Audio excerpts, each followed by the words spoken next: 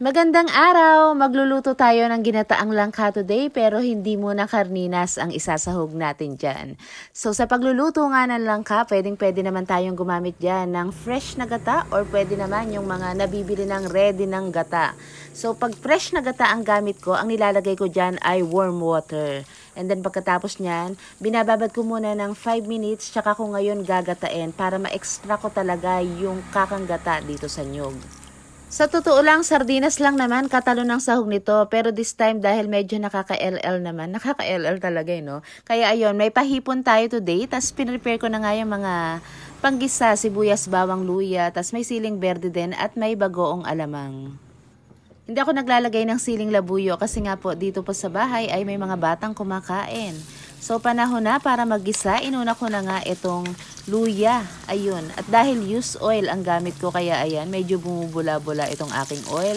Then sinunod ko na yung sibuyas. Next naman ay bawang. Every time na nagigisa ako, inuuna ko talaga yung sibuyas. Kasi nga po kapag nasunog ang bawang ay pumapait. Ang sibuyas medyo tumatamis-tamis lang siya. Then ilalagay ko na itong langka or kamansi. Kahit alin po sa dalawa ay pwede nyong gamitin kung ano ang available. Or pwede rin naman tayong gumamit ng sariwa. Yun nga lang, medyo matrabaho pong magbalat talaga. So halu-haluin natin yan ng mga 2 minuto and then pwede na natin ngayong ilagay itong bagoong alamang. Nilagyan ko na rin ng konting asin at konting paminta.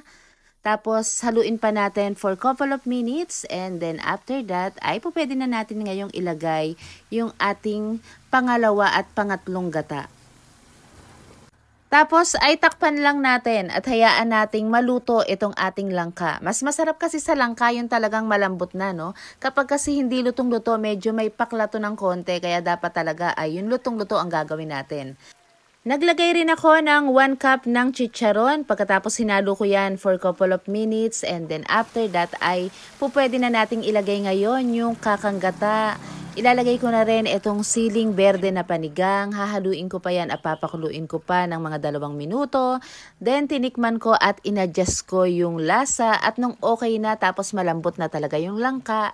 At this point ay ilalagay ko na itong aking mga hipon. Pag kami lang matatanda dito sa bahay, talo-talo na kahit dilis, daing, labahita, masarap ng sahog yan. Pero since may mga bata nga na gusto rin namin kumain sila ng gulay, kaya sinasahugan namin ng mga gusto nilang sahog dito sa gulay. Ikaw, Kapudi, ano bang favorite mong sahog ng ginataang laing mo? Ilagay mo naman yan sa comment section at lugar kung saan ka nanonood ngayon. At wag nyo rin po walang kalimutang i-like and follow ang aming page. Maraming salamat sa panunood at kita-kita tayong muli sa susunod na video. Bye-bye!